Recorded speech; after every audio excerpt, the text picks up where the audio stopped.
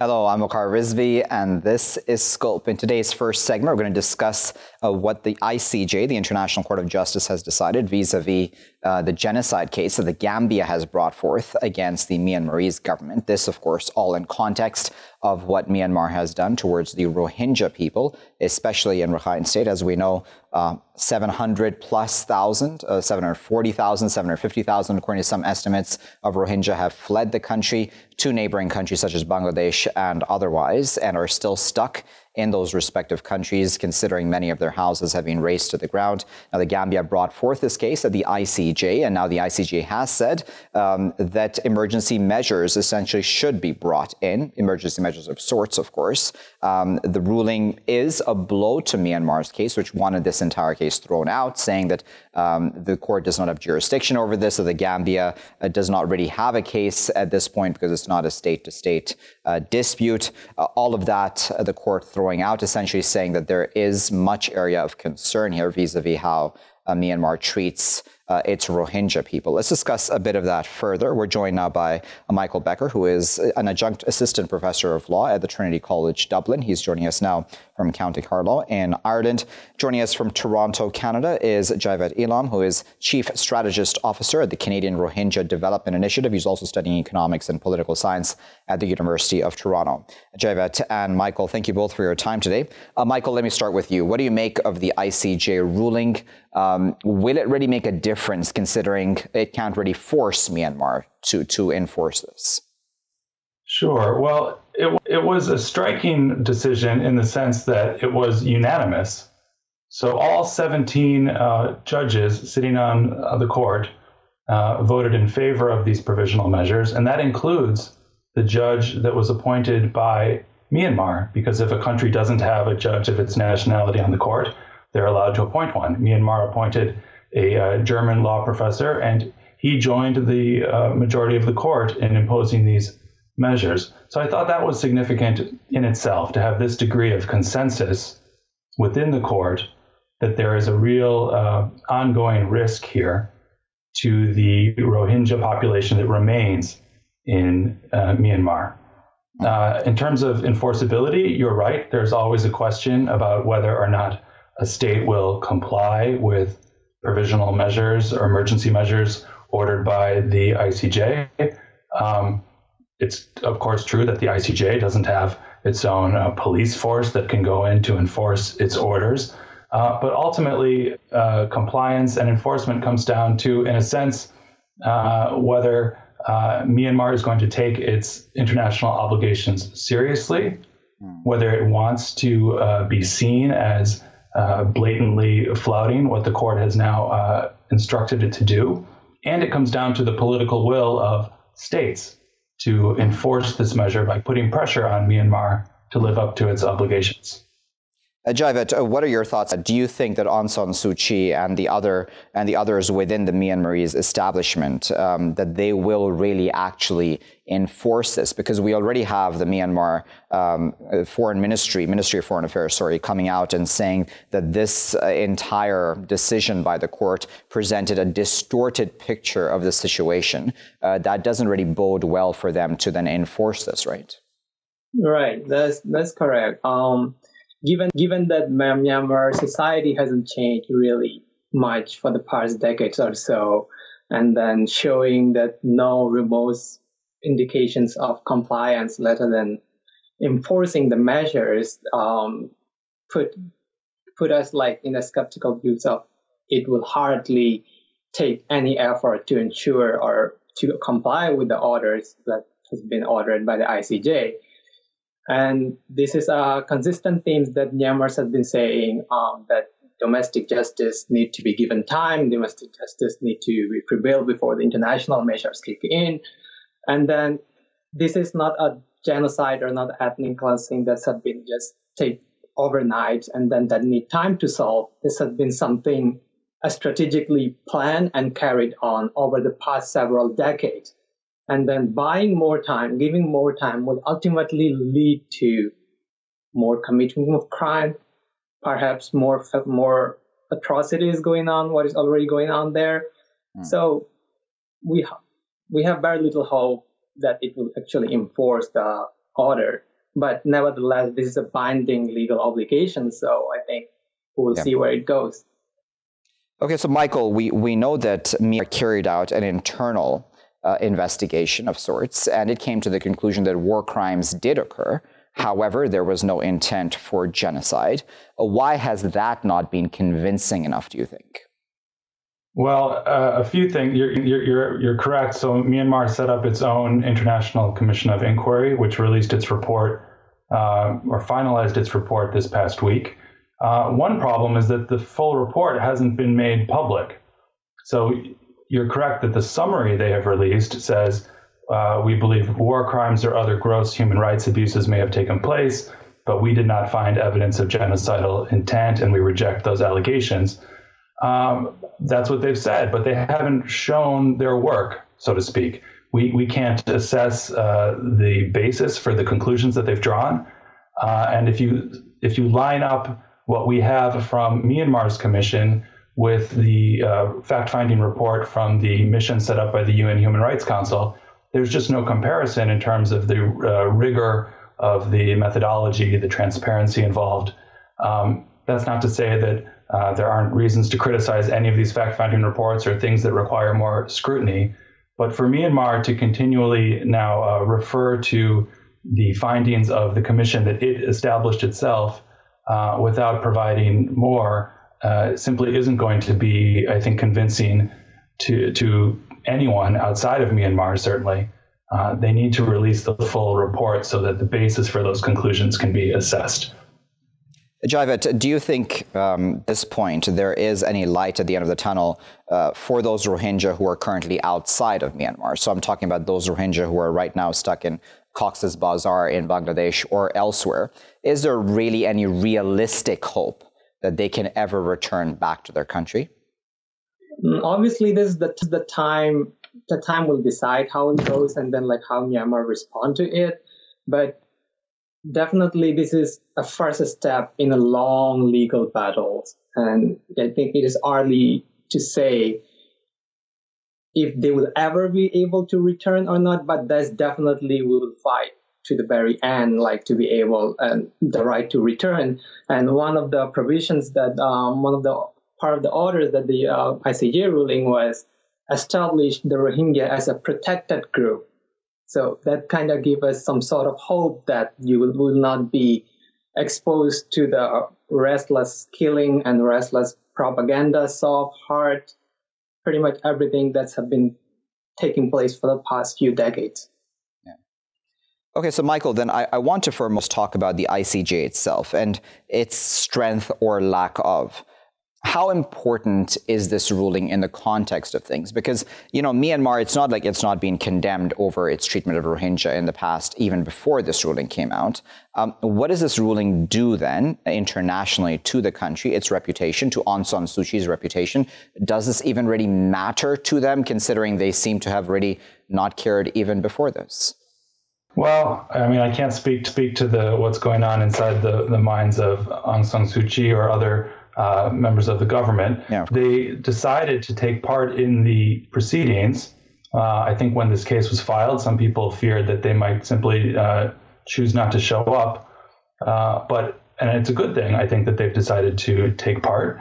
And so that to me indicates that they care to some degree about representing their position, making their case. So there's that. In terms of the strength of an ICJ ruling, or what does this add to the situation, you're right. There already was a lot of international attention and scrutiny on the situation of the Rohingya. I think the various fact-finding missions contributed a lot to that. But this is an additional level of scrutiny, and now you have a formal judicial pronouncement on this preliminary question about the need for protection while the case is ongoing.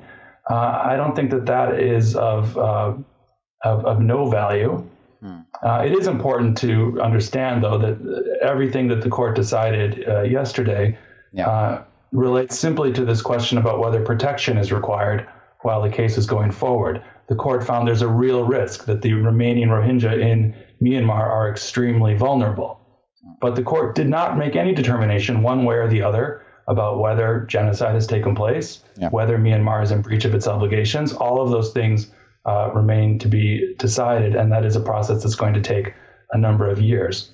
But I think this additional scrutiny that the Provisional Measures Order places on Myanmar puts them under even more pressure to act with care, because they know that any actions that their security forces now take or anything that happens to the Rohingya population in Myanmar is going to be looked at through this lens of, is Myanmar choosing to not comply with its obligations?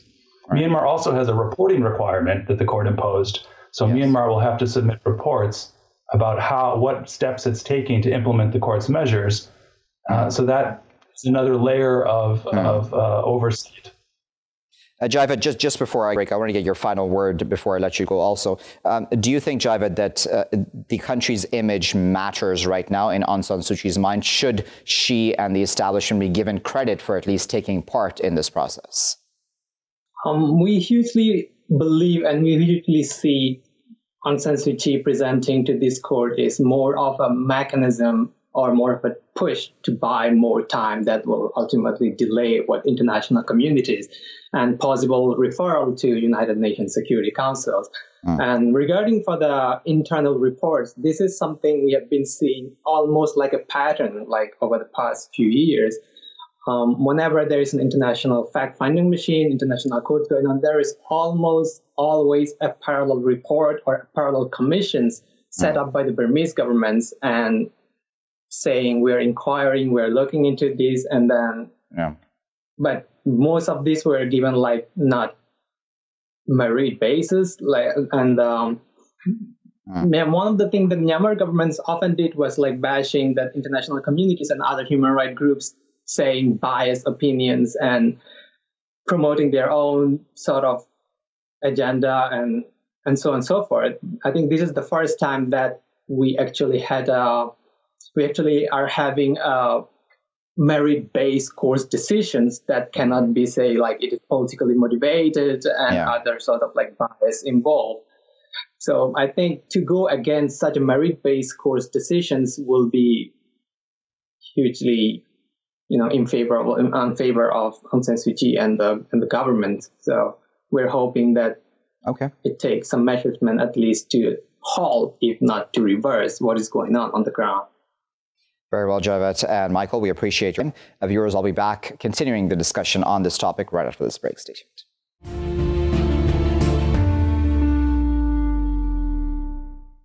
Welcome back, viewers. You're still here on Scope with me, Waqar Rizvi. We're continuing to discuss the ICJ decision vis-a-vis provisional measures in place now, asking Myanmar to, not just Myanmar, but in overall just issuing in order to have the Rohingya people protected. The Myanmar government has not reacted well to that. Let's add two new voices to continue the discussion. We're joined now by David Nyheim, who is chairman of the International Conflict and Security Institute. He's joining us now from Valletta in Malta.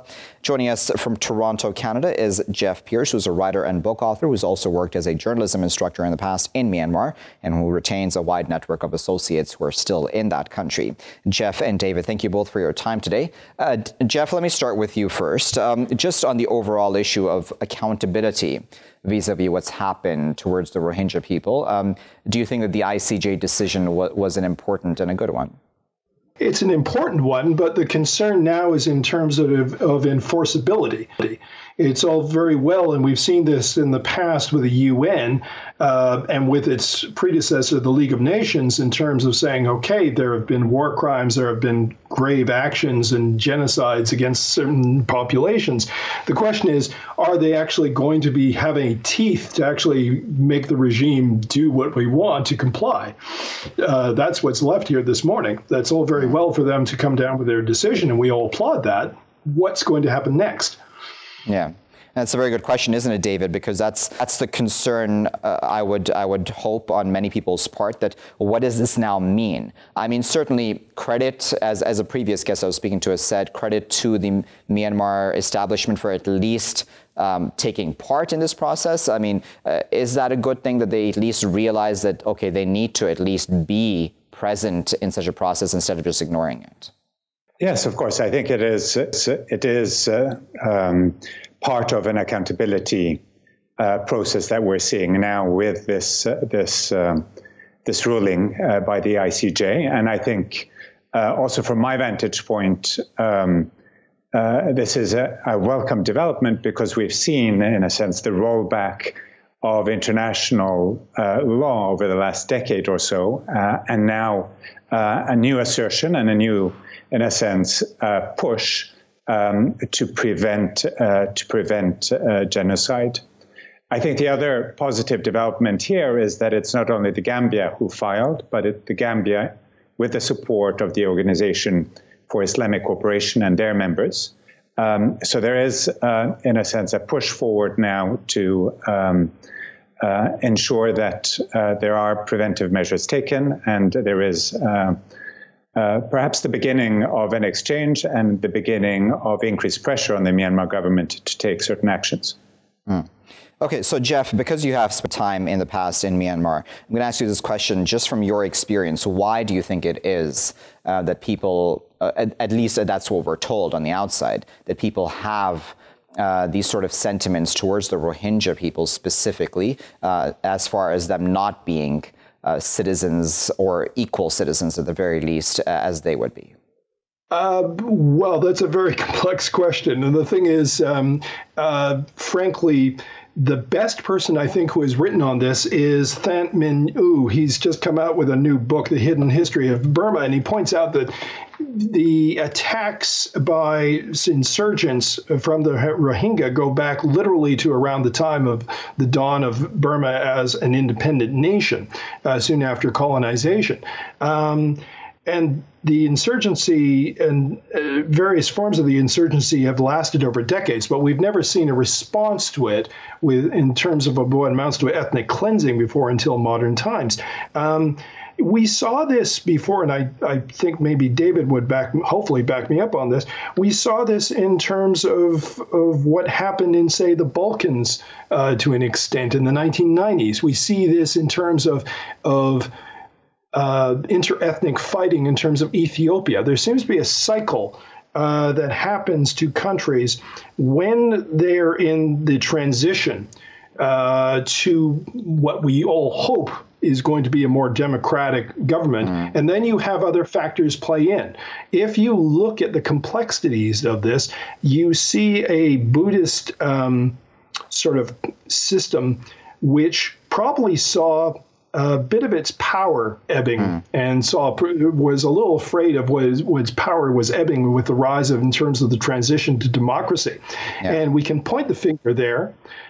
We can also point the finger at the fact that if we look back in terms of how the British colonized the area, they have a lot to answer for in terms of what happened with the influx of different ethnic groups brought in as cheap labor. So I don't want to keep pushing you into, and only answer if, of course, you're comfortable doing so, Jeff, but in your experience, did you hear those sorts of negative opinions towards Rohingya while you were there?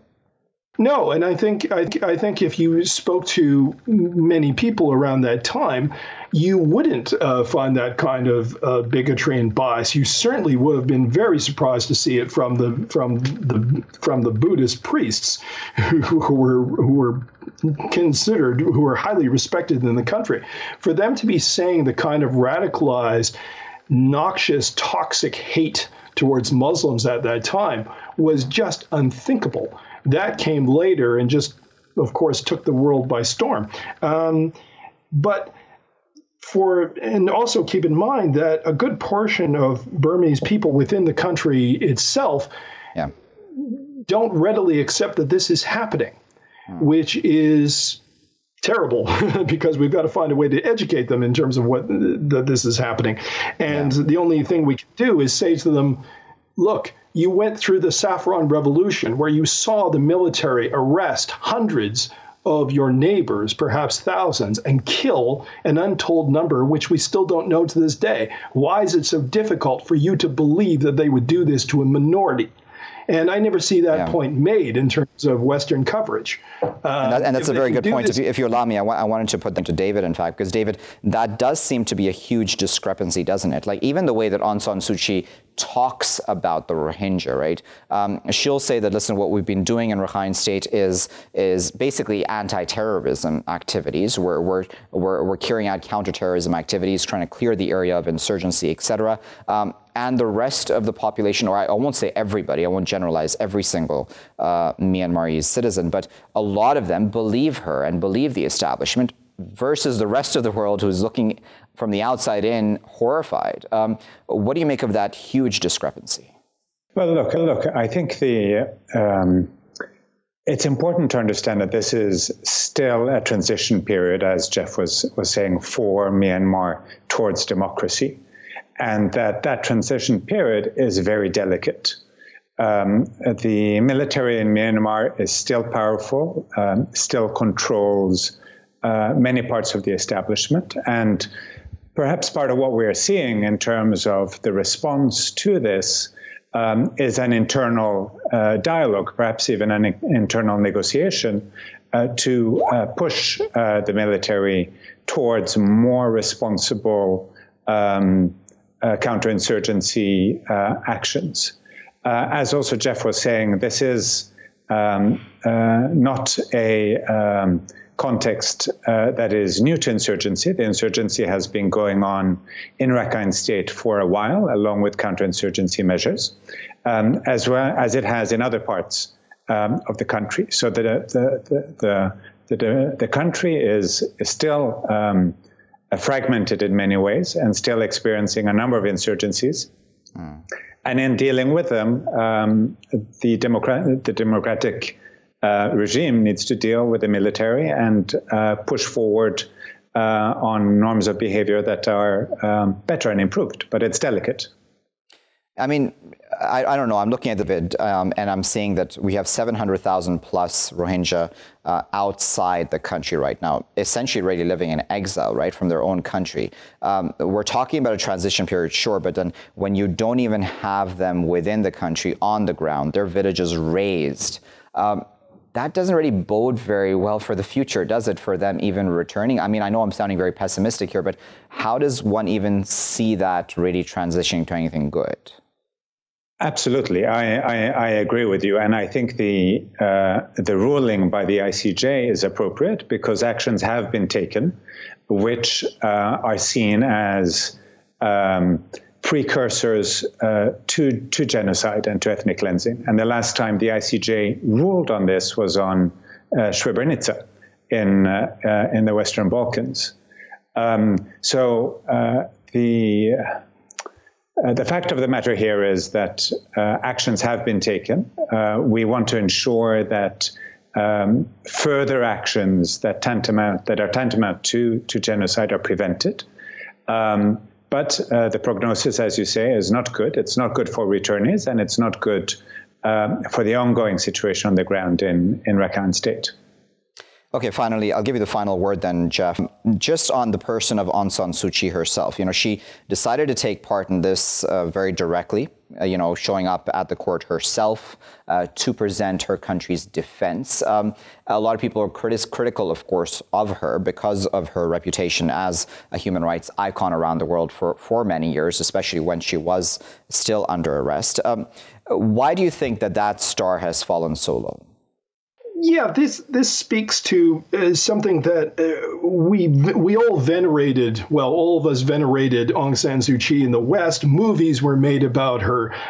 Books were devoted to her. And this is something that is a failing also on the part of us as hero worshippers of icons of humanitarian causes, is we fail to see that this is also a complex person who has their own biases and their own inner demons for themselves.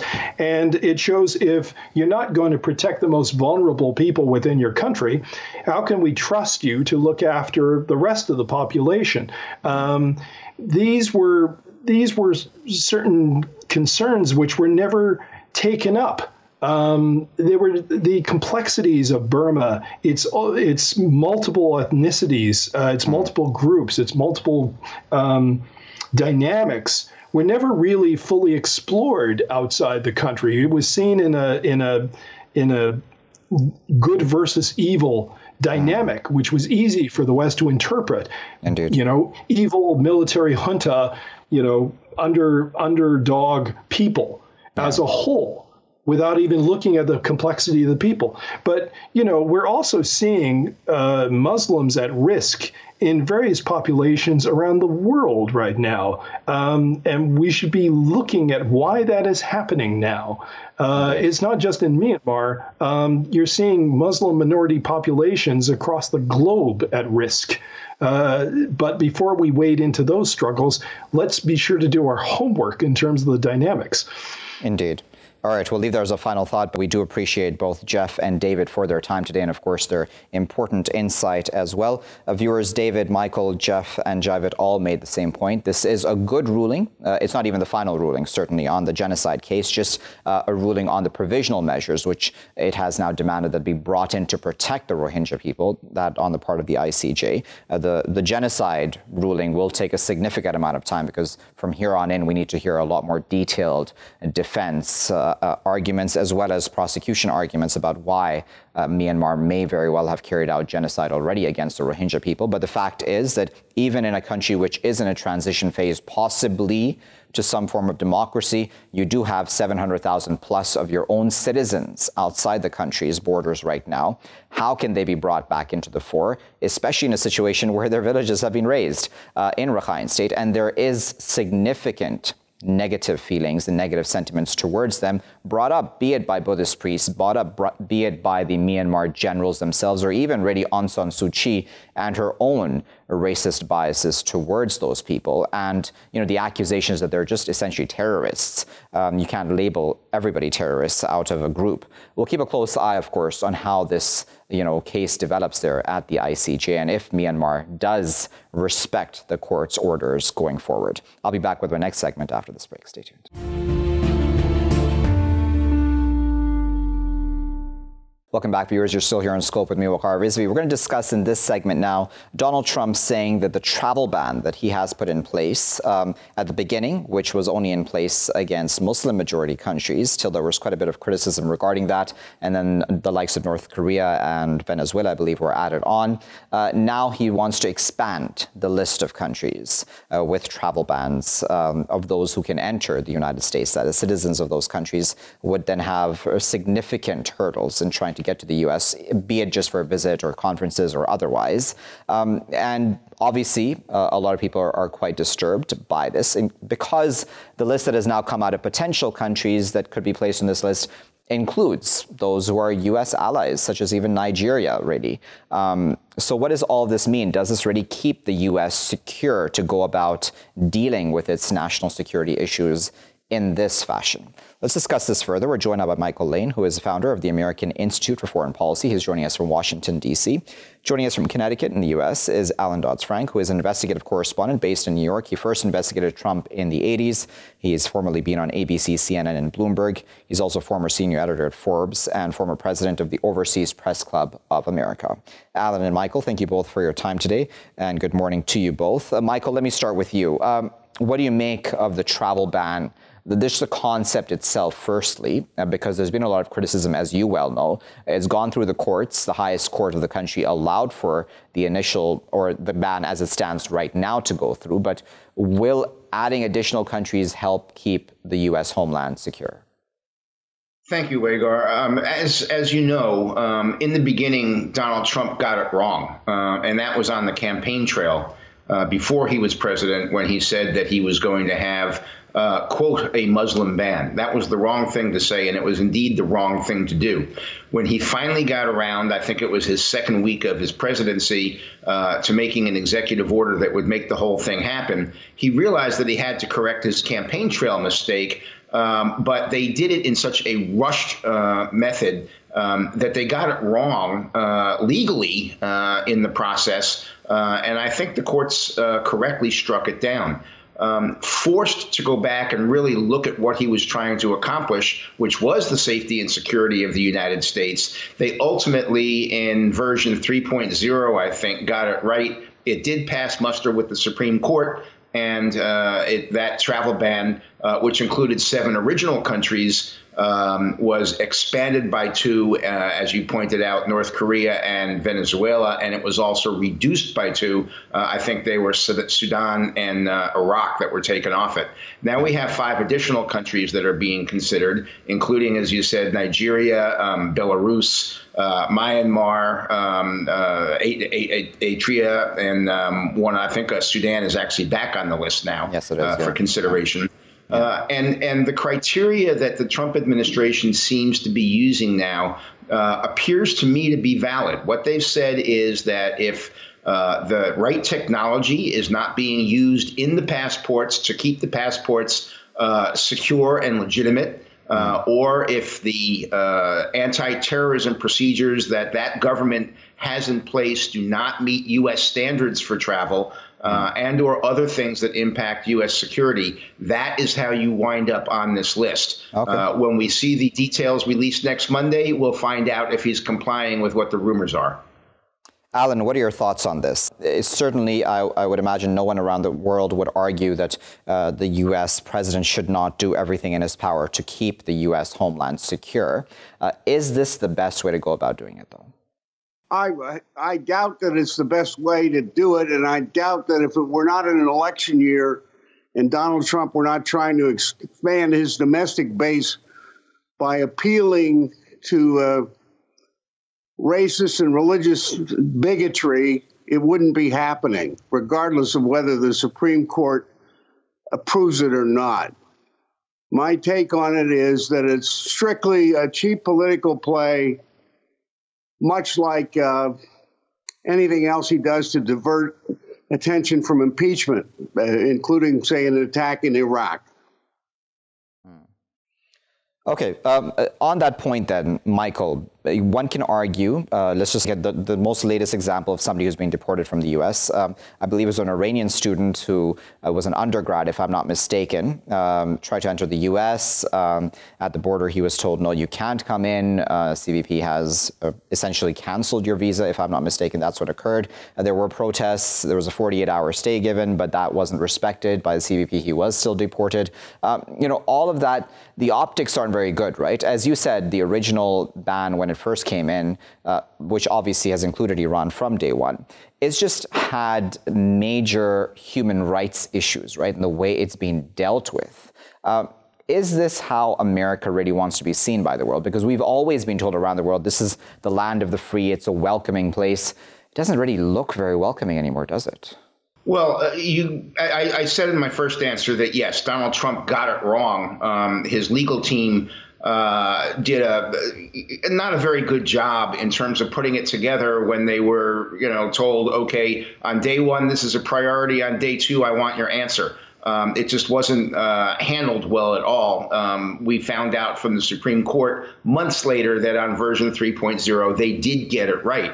I would note for Allan's information that this is not an anti-religious bigotry thing. We have North Korea on the list, which doesn't have any particular religion at all. And in fact, religion is discouraged in North Korea. We have Venezuela, which is very, very much an overwhelming Catholic country. We have Belarus, which is being considered, which is an Orthodox country. And we have Myanmar, which is considered to be mostly a Buddhist country. So this is not following along with the campaign promise of the first campaign, where we're going along with targeting Muslim countries. To specifically answer your question about the Iranian student who was deported earlier this week, we still don't have all the details on how that happened or why he was deported, what was in deficiency about his paperwork or how it was considered. But as far as honoring the demand of the court or the court order that he be given a 48-hour reprieve, that word, nobody disputes that word never reached the Immigration and Nationalization Service before they deported him. So they were really not in violation of a court order, because if you don't receive it and don't know about it, you can't violate it. A technicality, admittedly, but one that is perfectly valid. Allan, as I'd put to Michael as well, the U.S. has always touted itself as a welcoming place. Do you think it still is a welcoming place? And I'm talking specifically now about students and others who would look, high-skilled people who would look for work and or to pursue a much higher education in the country. And that's something that the U.S. has relied on, right? The research that others from around the world have brought to the U.S. has been vital for progress of U.S. society as well. Does this not hurt the country too? Absolutely, it hurts the country. It helps create far fewer incentives for the best minds from abroad to come to the United States. I suppose if you run a hotel chain or golf courses, you rely on low-paid immigrants like Trump, then maybe you think this helps. I don't get it. And to Michael's point about, Myanmar is different. It's not different. They have, as I recall, a huge Muslim refugee problem as a result of religious persecution. And North Korea and Venezuela are special political cases, and they were thrown in basically as cover to satisfy the courts, to allow the Supreme Court, as conservative as it is, to say, okay, you can do this.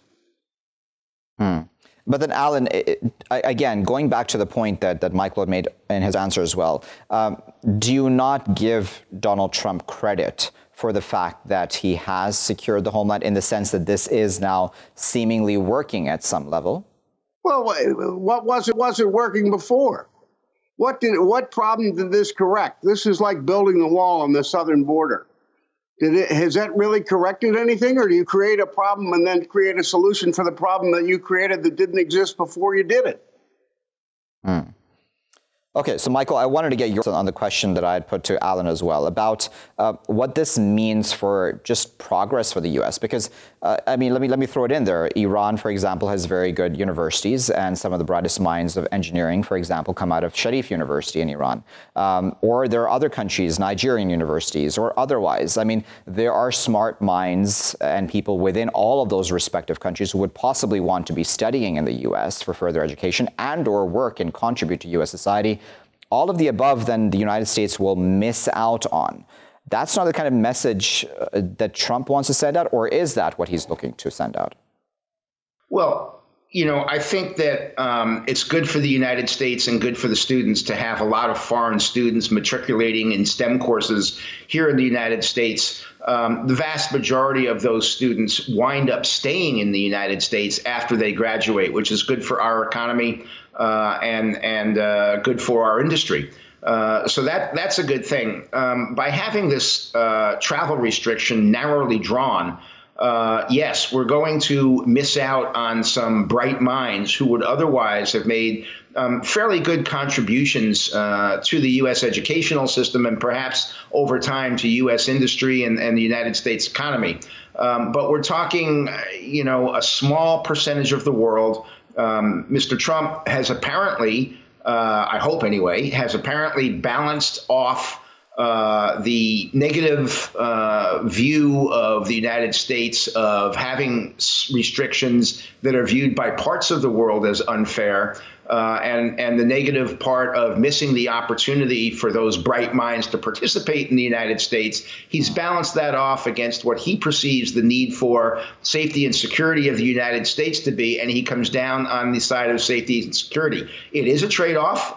It does open us up to some criticism, but the president has all the facts and figures in front of him. He makes his decision, and the voters will make their decision come next November. Very well. We'll leave there as a final word. We appreciate both Michael and Allan for their time this morning and for giving us their insight. This is certainly a contentious issue. The issue of the travel ban from day one has been a controversial one. Trump's essentially his entire immigration policy and his approach to immigration has been one which has been controversial. Even just really tourism, I guess you could call it, if you're if any of these people from any of these respective countries on the travel ban list even want to visit the U.S., they can't. What does that mean even for U.S. tourism? That's not a topic we were able to touch. But as we were able to talk about, some of the smartest minds in the world will now be discouraged from going to the U.S. That's not a good thing for the U.S., be it industry or education. And what does this really mean for the U.S. Reputation about how it handles its security issues? Is just putting up walls, as Allan said, the best way to go about doing this, as the U.S. has done at the Mexico border? Just blocking people or, complete countries from entering the U.S. ever. Is that really going to work? What kind of a future does that then mean for the U.S. and for the rest of the world? What kind of example do other countries then take from that also? We'll keep a close eye on that, because certainly those countries still need to be specified in the coming days, and we'll keep a close eye on that, of course, here in Scope. I'll leave it there for now, though. I've been Waqar Rizvi. Thanks for watching.